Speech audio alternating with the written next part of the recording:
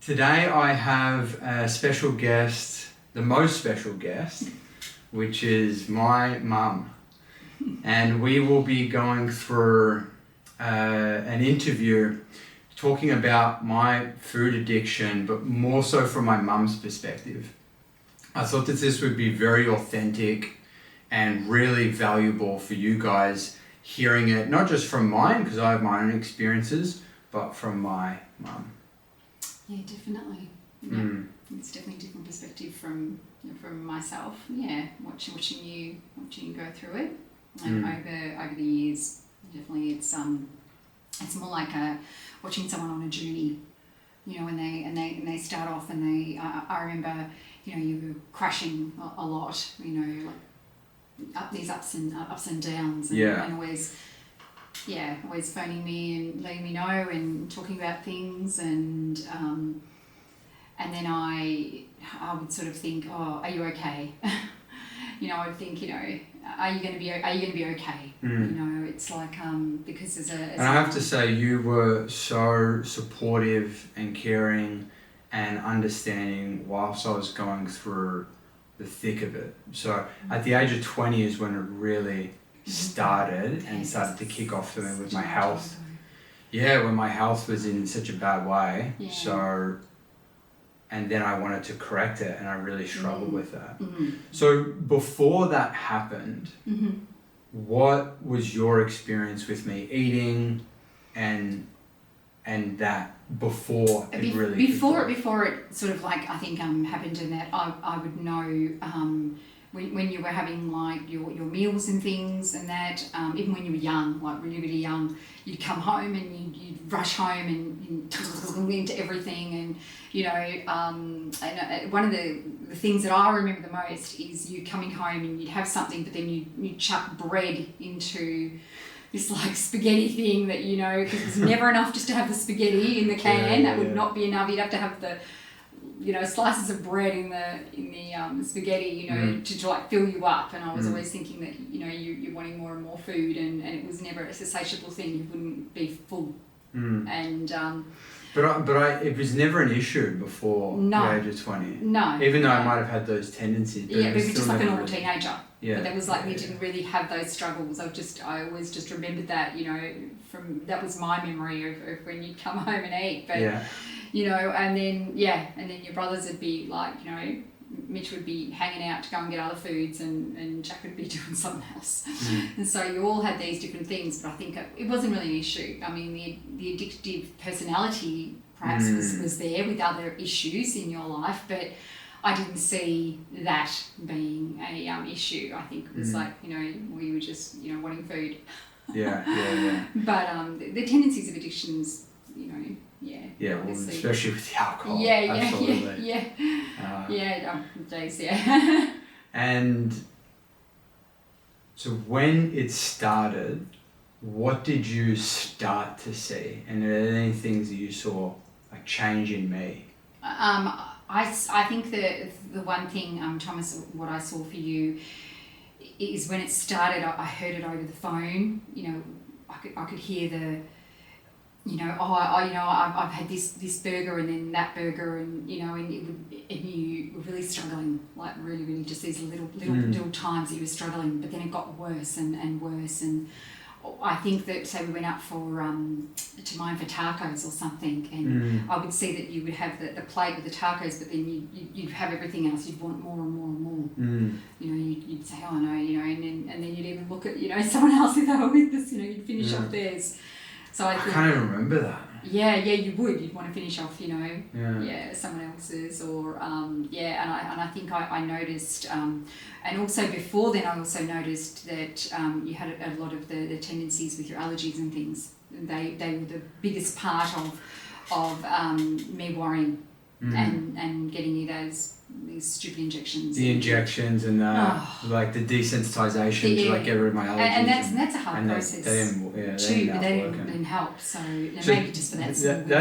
That's also a reason why I obsessed about it so much, because I wanted to heal so badly. Yeah, and I always saw that. I always saw that you were wanting to heal areas, you know, back then as well. But I don't think you had the right the right essences to do that. I think you were just grabbing, to do things, and I think, there was a part of you like, I want to heal this, I want to heal this, but it's how you couldn't get that, and I tried. I was like, I didn't know, and I think for me also though, when you'd ring me, I would feel so helpless because I couldn't do anything from where I was, an hour and a half away. Yeah. And plus coming to your home wasn't a real thing that I could do either at the time. And for reasons, and so they made it even harder because then you're just on the phone and you're hearing the struggles, you're hearing that, you can't come down, you can't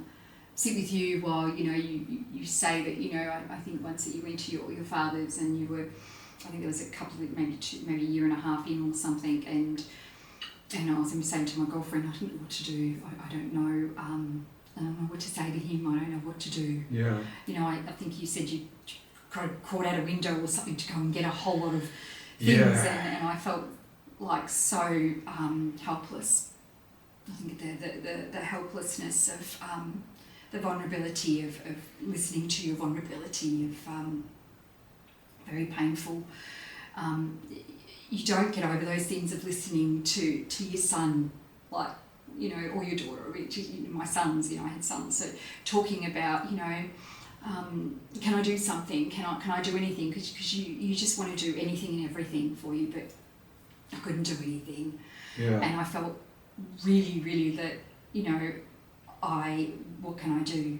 Because I felt worthless in that way because I couldn't help. And that's the issue with addiction is that once you become, like I became powerless over it. It doesn't matter how much love that you get from someone, especially you and your parents and family. It doesn't matter because it takes over. It does, and it becomes the forefront of everything. Yeah. And that's all I was thinking about. So during that 3-year period, it is the number one, from the age of 20 to 23, it's the number one thing that I thought about constantly. And it's not just eating, like what am I going to eat, it's also trying not to eat certain foods. Not to eat foods. And I remember you were sort of saying those things and talking to me about those things, I won't have that and I won't have that, and wanting to try. And I think that, you just want the person to succeed, you want your son to succeed, that soul to go, I'm happy, I'm peaceful.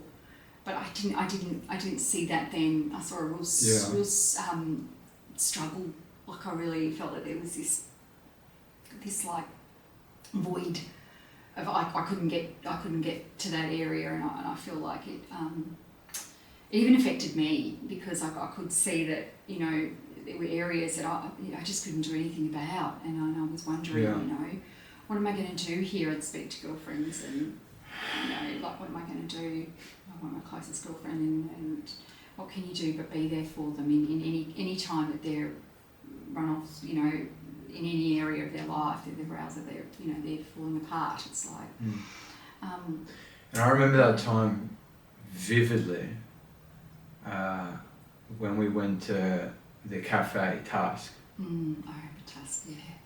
So, explain that. I remember like Task because I think we were trying to get something like vegan. Like for me, I was trying to get something vegan as well. You were, yeah. But I didn't understand, and I remember that time also seeing a very spiritual side of you coming out though, that peaceful spiritual side. But then again, I forgot what you ate that day because I ended up having a burger and chips. Right, I remember it so well because... Chips, I remember the chips. Yeah, because just prior to that, I was feeling the powerlessness. I was really feeling it, like in a major way.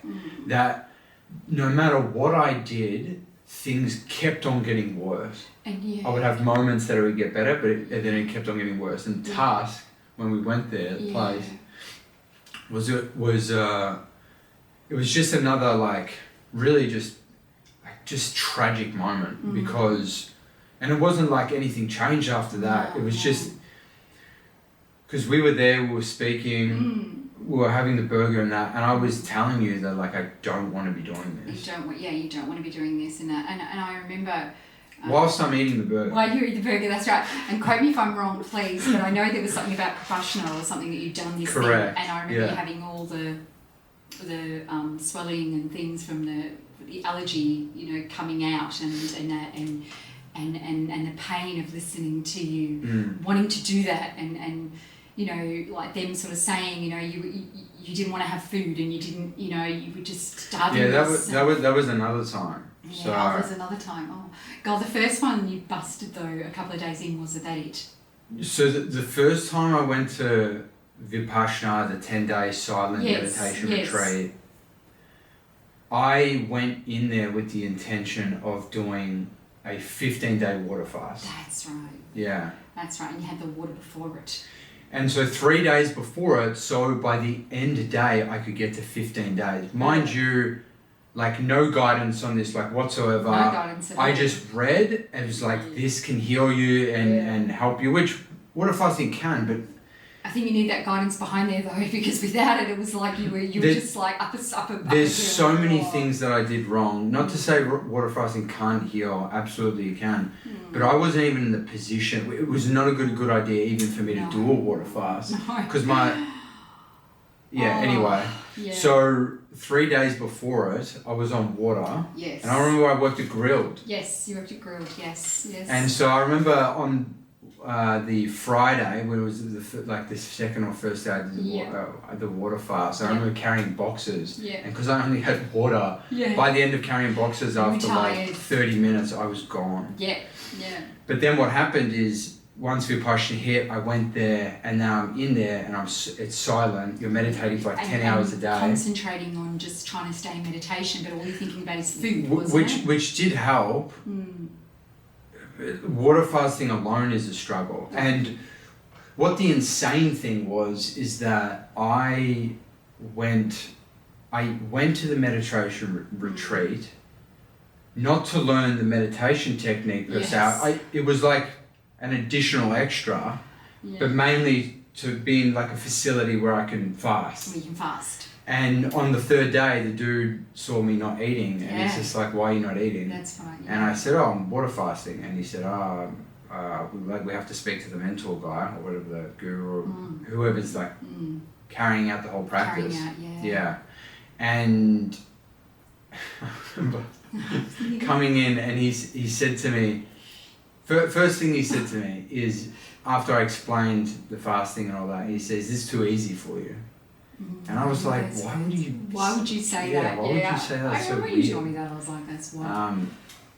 And I said, no, like this is so difficult. And he's just like, well, we don't agree with that, with the fasting and all that. But then I still continued for a whole amount of 10 days, so for an extra 7 days. Yes, that's right. Yeah. But then I broke the fast because I couldn't take it anymore, and I ended up gorging on whatever food they had. It was such a mess. I could have died. My digestive system. Oh, it was shutting down. And here I'm thinking, when you tell me, I was a real panic inside, thinking, why would you do?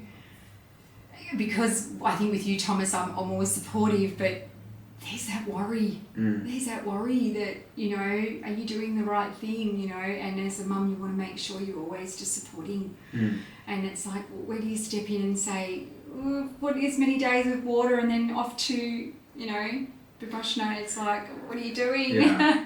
And then after that, I pretty much locked myself in that room upstairs when you were at that place. And I was in there for like days just playing games and eating. I think you were as much as I could. And just sort of internalizing, but also not being able to speak properly as well when I first saw you, that the voice wasn't. Oh, yeah? You probably wouldn't remember that. No. So then this went on for years. And how was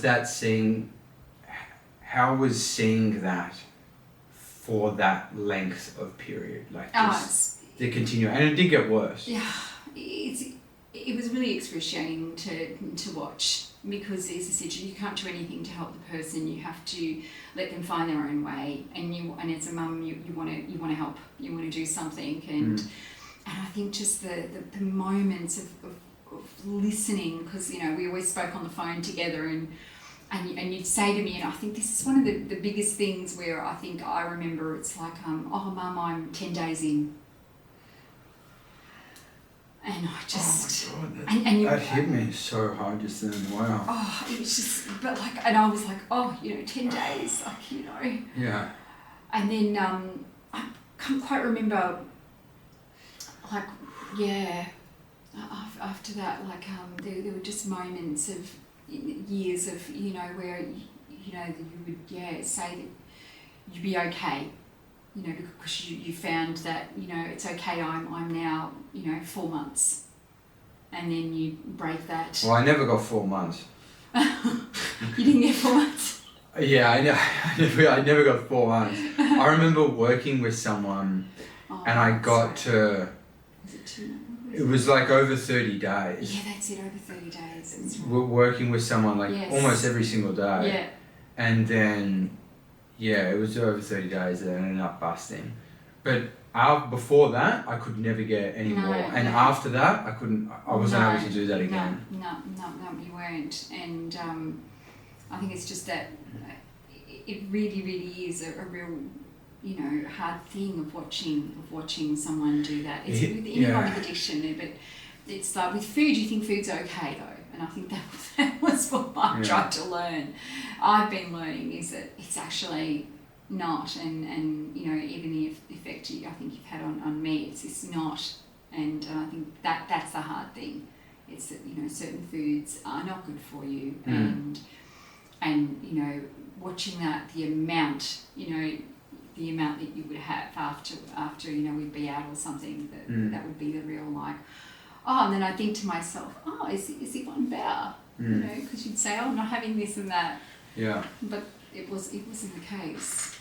It wasn't. I used to have that hope that it would be.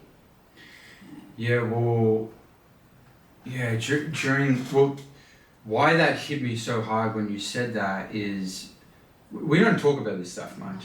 No, it's very rare. Maybe every now and then. Every now and then, yeah. But why that hit me is because, like, it literally takes me, like, I'm very grateful, first of all, that's why, but it takes me back to when I would get some days and have so much hope. Like 10 days, like, the only time I ever got past 7 days was when I worked with that individual for that, like every single day for over 35 days or whatever it was. Yes, yeah. Is because I had so much hope, and without a belief and a faith strong enough and very specific guidance, it ended up just turning on its head anyway, like it always did. Yeah, so it's just the despair I felt in that moment just took me right back there. And then I got better. Yes, you got better, yeah. So what did that look like when I spoke with Dan in America? I started feeling like, there was a change. There was this change come over you. Yeah, being vegan and being raw vegan. Yeah, and raw vegan and things just started to shift.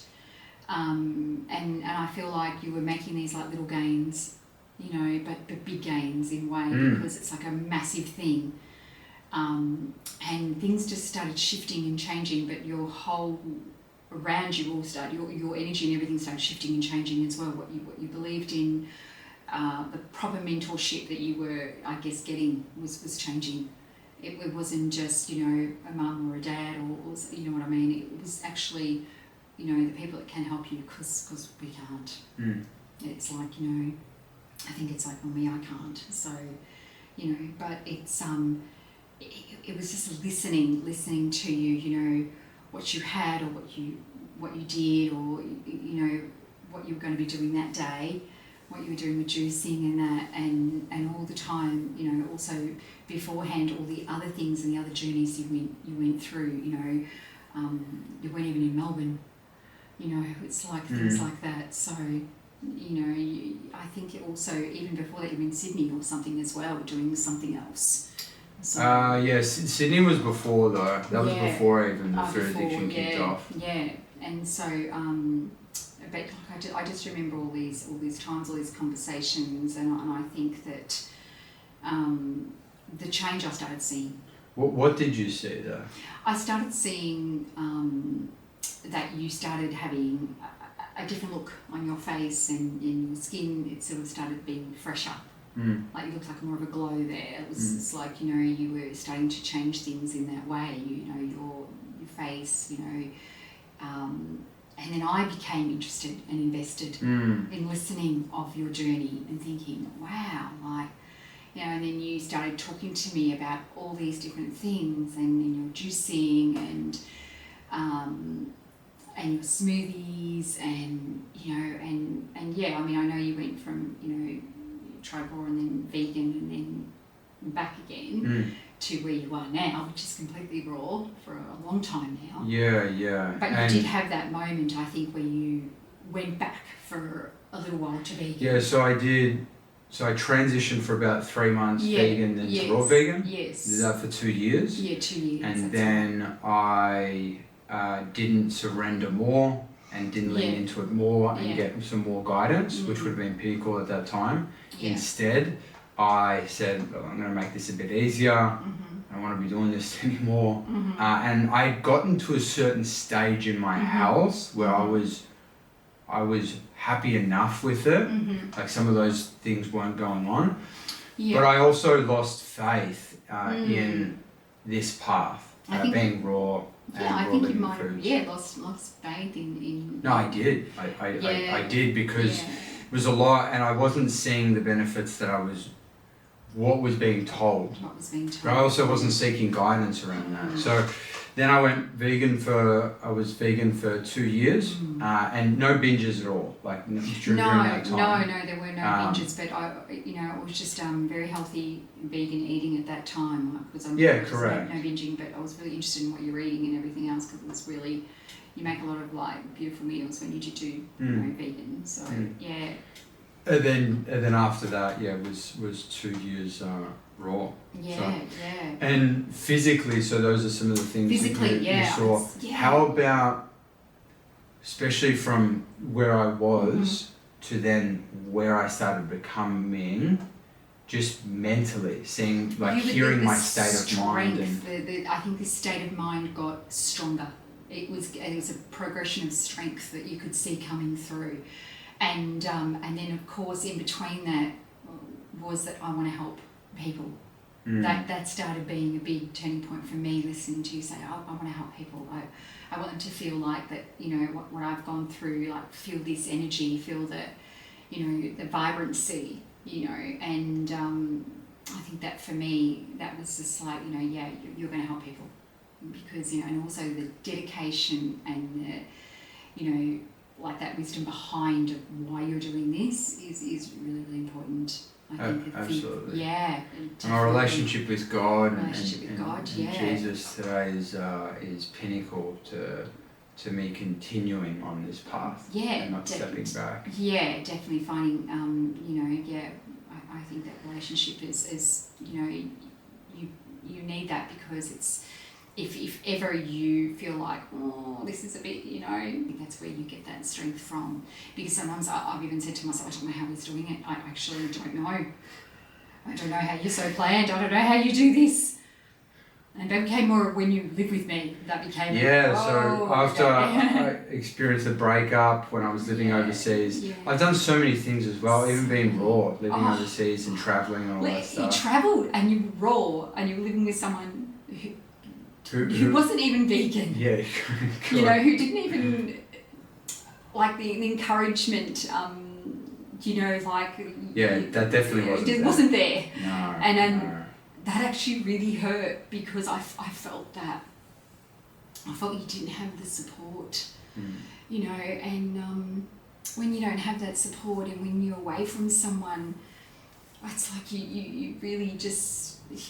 Where are they going to get that support from? And you're just so strong to be able to pushed through those times. Yeah, well, and again, that comes down to Jesus for me, because in those moments, what I had to rely on was my faith. Yeah. That had to be the centerpiece of everything to be able to commit to the relationship, which wasn't working. Yes. And which, unfortunately, progressively, for me, it started to completely become out of alignment. It just, more and more. it became out of alignment, but I think it's once against your commitment to something, and you had that commitment to, the relationship then, and even though, she wasn't even vegan, I think there was just still that commitment there, and then you just started seeing it falling apart. Because it's it's too much of a gap for me. This is not, her fridge, your fridge, like it all just, different things. Like, what? And I think that those sort of things in there, that support and guidance, besides having Jesus there and touch, you need the person that's with you also to support, guide you, but also be in that same energy level. Yeah, all those things are important. Yeah, having really your support important. network, guidance, your faith, all those things are crucial. And I think that's when you came to me, I realised, to change some things in my house to make you feel comfortable and make you go, okay, well, I can just come straight there. And well, then after that, we lived together. We did. So we lived together for 6 months. So how was... Amazing living with you. So that... we lived together for 6 months. I was raw vegan. Yeah. So what was that like? So here I am. Yeah. At the age of 20, all over the place, so all over the place, and a lot of despair. Yeah. And now, 10 years or whatever it was, 8 years on then, 8 years on. And now I'm living with you, and. Well, just such a totally different person from when I remember when you were younger. You were just so regimented, so strong, so very regimented, like an army. It'd be like everything just have a look, Mum, but just the way you do your smoothies and everything, the way you crack your coconuts and that outside. Correct. Yeah. Oh my God! And to get some off you was amazing, because you don't get a lot of coconut yogurt off you. But I gave you so many smoothies. You did so many smoothies, but coconut yogurt is what I wanted. But and juice. Oh, juice, and also the best part, of living with you is, seeing the change, that change in you and this wisdom, and we're becoming almost a parent, and I wasn't like, what the hell, what's going on here? Something's changing here. I'm not sure I'm comfortable with this. But just, because you had a new direction, and what you were learning was working. And I could see it in your body, I could see it in your hair, your so soft, your face, and the smoothies are absolutely amazing. And I got my strawberries and especially with the dates. You love the dates so much. Oh God, the date one, yeah. But even whilst you were living there, I even tried the juice. And correct. Yeah, and I felt amazing. And you did it. And I did the juice. You continued to do that. I did, yeah. The green juices. Yeah. And you went to church as well, which was absolutely incredible. Yeah, because last year wasn't an easy year for me, and so you need to have something there. I think faith and I think but it's just to see the change of someone. Like I said, it's almost as if you're the parent, because you're so organised, and your food is like the dedication to watching you make your raw lasagna. Wow, you do all these buttons. You lost me, because I'm not very good with button things, so you'd have to make sure. And I remember just once, I didn't even get the ingredients right. I was like, well, we're not doing it today. So it's like, oh, okay then, or just the amount of your I'm very particular. Very, very particular. And the salads and things, it was just so particular, This mum here didn't really do very well with a avocado that I know now that has these little pit things. That one time, that was a rough one on my teeth. On your teeth, yeah. So you still got teeth, thank goodness. Yeah. But, and doesn't matter how tired you were, you'd come in and you'd make this damn salad, and all these other things. Correct, that you've yeah, especially created. after like a big day of work. Yeah. And even just, the couple of times you cooked for me, and just the taste, the flavour, the flavours you use in things, and I'm like, how do you even know? Because you can't exactly try it. So I love making raw food for people. Yeah. I absolutely love doing that. I also like, because everyone's on their different journey. Everyone's where they're at, and it's totally fine. At the end of the day, we've just got to love each other and be a bit more understanding. It's hard to sometimes be understanding. So when even making vegan food for my family and friends as well is amazing too. It's incredible. I like doing that. Yeah. Because to me it's like one more step in a direction that is a bit better. They're a bit better for us, we're not quite there, but we've just, we're trying, and I think Also, is another question, sorry to cut you off. Have I ever preached, I know I get passionate at times. Passionate, yeah. But preached or wanted to like force the way of how I live with the raw and the vegan and even my faith and stuff like that? No, never. No, always just it's your choice, Mum, or whoever's around you. I don't have that. No, never pushed or anything. The reason why I say that is because I know in the community there is a lot of that, and just in general, there's a lot of people forcing their perspectives and their experiences where people aren't really wanting to hear it. I think you have to want your own journey. I think you have to. I think what's good about you, Thomas, is you show by example. So you just need to watch you to show where you're changing, to go, that's pretty good. Because I had a lot of stomach issues before you came along. Remember you weren't able to drink orange juice? No, I'm not able to drink orange juice. Not fresh orange juice? No. We did that fast. We did it, yeah. And then wasn't an issue. No. And you said the orange juice it's not the issue. It's starting to, another juice fast must be coming up because it's starting to become an issue again. It's a bit of stress. But no, not an issue at all now. Now that blew me away because I used to burn. But it was the level of where I was at with mucus and everything else, and I was so sick. And that was like 4 days almost, but that 3 days, 4 days, it just cured that. I was like, you just really can't be doing this. It can't work like that, but it did work like that, and that was that simple amount of time, and it's time to go back there again.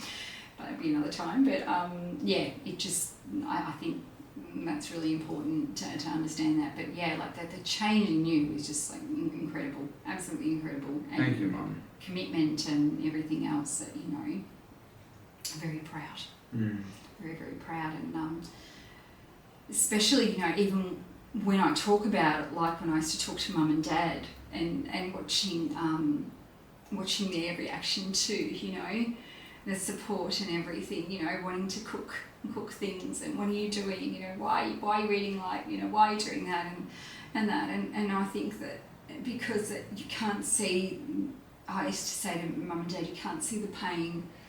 You can't see that. You can't. You don't understand. And I think they didn't understand. And I think no one. It's hard to understand. It's a very difficult thing. A very, very difficult thing to understand. And I think people think, oh, you just do this, or oh, you just tell them to do that. But they don't know the countless hours that I've spoken to you about things, or that we've spoken about, or watched you, and the transformation has been amazing. And in saying that, they both, and particularly Oma, has been incredibly supportive the whole time in saying that. So she just one-on-one conversations probably worry and also trying to understand. But has been also very supportive, which shocked me because I know how much she loves to cook the food. Loves to cook her food. She loves to cook her food. She's getting very frustrated. She's like, what am I going to do? What am I going to do now?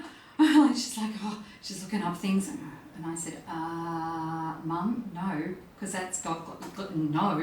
And she's like, he won't. I go, yeah, he will know. And it's just plain salad, okay, and carrot and this and tomato. She's just not just a little bit.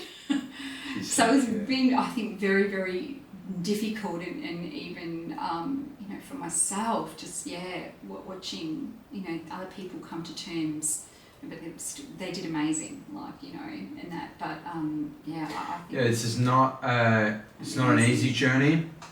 no. Yeah, to me, it's definitely what I've found to be true. Absolutely, but it's certainly not easy. It can be very isolating, and it can be lonely. Even though I'm never alone, it can feel very lonely.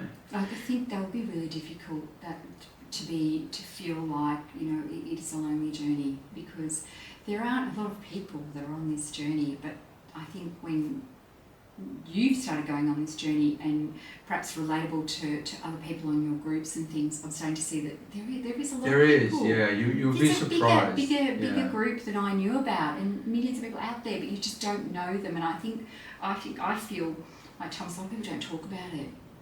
No. I would talk about it to a friend and say, oh, you know, we're going to a vegan cafe, but oh, does he have eggs? No, he doesn't have eggs anymore. He's raw. And a lot of time people don't really want no. to hear it though. Some people do though. Some people understand. Some are curious. Very much if they're vegan, they want to know. Yeah. But yeah.